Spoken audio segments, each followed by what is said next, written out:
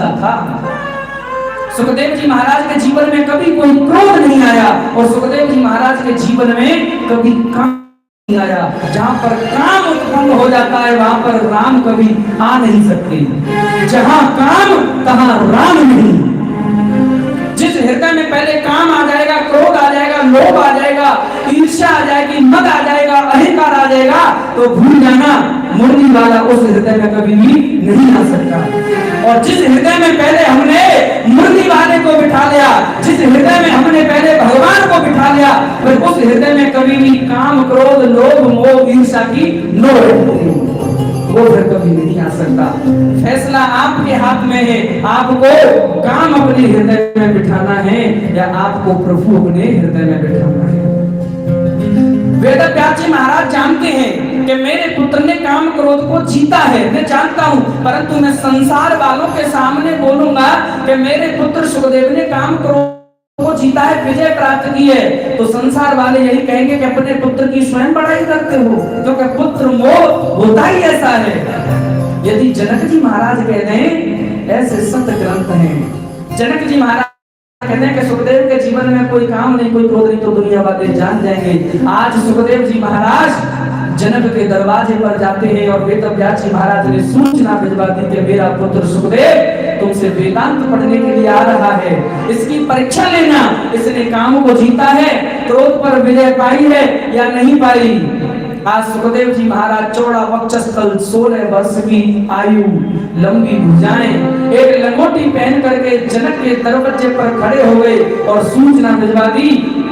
सुखदेव जी महाराज ने द्वारपालों से कहा कि राजा जनक को सूचना दो कि व्यास नंदन सुखदेव हमसे वेदांत पढ़ना चाहते हैं।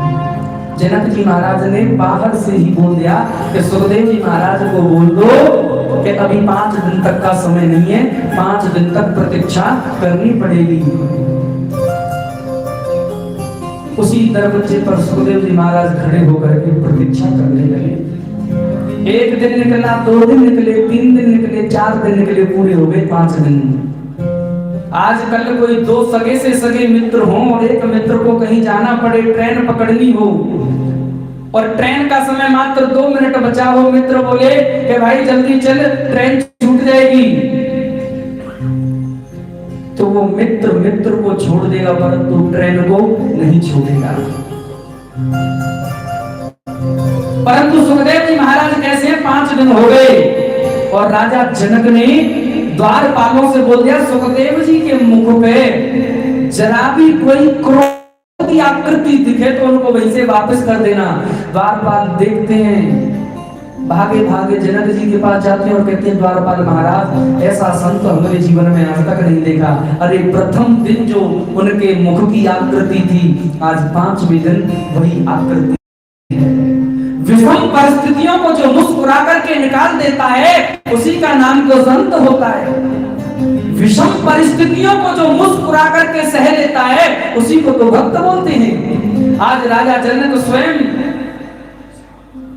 सुखदेव जी के पास गए दरवाजे पर और कहा कि आइए महाराज आपका स्वागत है। सुखदेव जी ने कहा हम आपसे वेदांत पढ़ना चाहते हैं। राजा जनक समझ गए कि क्रोध को तो इन्होंने जीत लिया, भाई 5 दिन तक प्रतीक्षा करी और जरा भी क्रोध नहीं किया।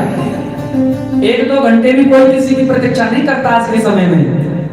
1-2 घंटे किसी की प्रतीक्षा करनी पड़े तो कोई नहीं करता, परंतु 5 दिन तक सुखदेव जी महाराज ने प्रतीक्षा करी, इससे ये फैसला हो गया कि क्रोध पर विजय प्राप्त की है। अब काम को जीता है कि नहीं। आज राजा जनक हाथ पकड़ के सुखदेव जी को अपने महल में ले गए। सुंदर सुंदर मृदंगनाओं को बिठा दिया। कोई सखी उनका आलिंगन कर रही है, कोई देख रही है उनको, कोई चवर डुला रही है, परंतु सुखदेव जी महाराज के मुख पर जरा भी कोई काम की विकृति नहीं थी। इससे ये भी फैसला हो गया कि काम को भी सुखदेव जी महाराज ने जीत लिया। काम क्रोध को जो जीत लेता है वही भगवान का परम लाडला भक्त होता है।